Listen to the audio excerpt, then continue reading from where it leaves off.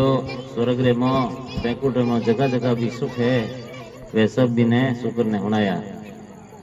उन्होंने सुनकर कहा कि श्रीमान जी, यदि कुटुंब के सहित मुझे ले चलने के लिए आप तैयार हो तो मैं भी वहाँ शहर चलने के लिए तैयार हूँ। ये सुनकर प्रहलाद जी ने कहने लगे कि हे भाई, मैं तो स्वयं ये चाहता हूँ कि बैकुंठ में चलने के लिए अधिक से अधिक प्राणी तैयार हो। सो कुटुंब ही नहीं, यदि हो सके तो अपने इष्ट मित्रों को भी संग ले चलिए। तत्पश्चात उस शुक्र ने अपने कुटुंब के लोग और सब इष्ट मित्रों को बुलाकर बैकुंठ में जाने की इच्छा से एक विशाल सभा की और उसने प्रहलाद जी ने बैकुंठ की उपमा में कहीं लंबे चौड़े व्याख्यान। यदि तेरी बैकुंठ में चलकर आनंद से जीवन व्यतीत करने की इच्छा हो तो वहाँ मैं तुमको बिना परिश्रम आज ही ले जा सकता हूँ।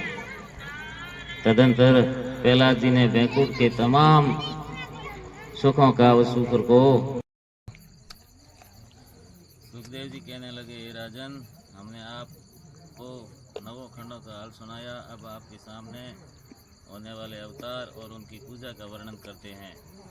भद्राक्ष खंड में भगवान हयग्रीव ने अवतार धारण किया था, इसलिए उसमें किसी रूप की प्रथा हो जाती है।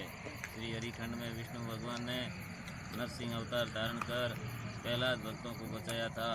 हे राजन, हम आपके सामने नरसिंह अवतार की एक कथा सुनाते हैं।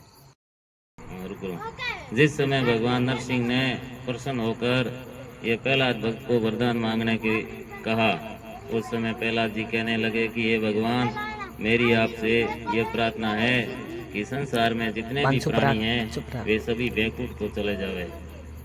यह सुनकर भगवान कहने लगे, हे तात, तुमको अपने लिए वरदान मांगना चाहिए, क्योंकि संसार में सब प्राणी अपने अपने कर्मों का फल भोग कर संसारी माया मोह में फंसे हुए हैं, इसलिए बैकुंठ के जाने के लिए सभी प्रसन्न नहीं है। यह सुनकर प्रहलाद जी कहने लगे, हे भगवान, संसार में ऐसा कौन अभागा होगा जो बैकुंठ में जाने के लिए तैयार नहीं होगा।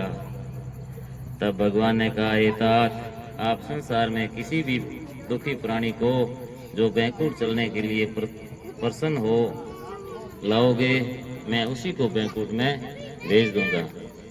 यह सुनकर प्रहलाद जी प्रसन्न होते हुए अपने जी में कहने लगे कि मैं अभी तमाम प्राणियों को साथ में लेकर भगवान के सन्मुख आता हूँ, क्योंकि बैकुंठ का नाम सुनते ही सब प्राणी मेरे साथ इस तरह हो लेंगे। जिस प्रकार धनी के पीछे याचक लोग को हो लेते हैं, इस प्रकार सोचते हुए ज्यों ही वे एक नगर के समीप पहुँचे, त्यों ही उनको एक भूख से व्याकुल सूकर कूड़े के ढेर पर भोजन की खोज में घूमते हुए देखा। यह देखकर उन्होंने सोचा कि सबसे पहले इस सूकर को ही न बांधकर पहले ये सुनाना चाहिए कि वहाँ पर खाने के लिए विष्ठा आदि तो अधिक परिमाण में मिल जाया करेगी। यह सुनकर प्रहलाद जी ने कहा, भाइयों, बैकुंठ में विष्ठा आदि बुरी वस्तुओं को छोड़कर आपको में सब कुछ मिल सकता है।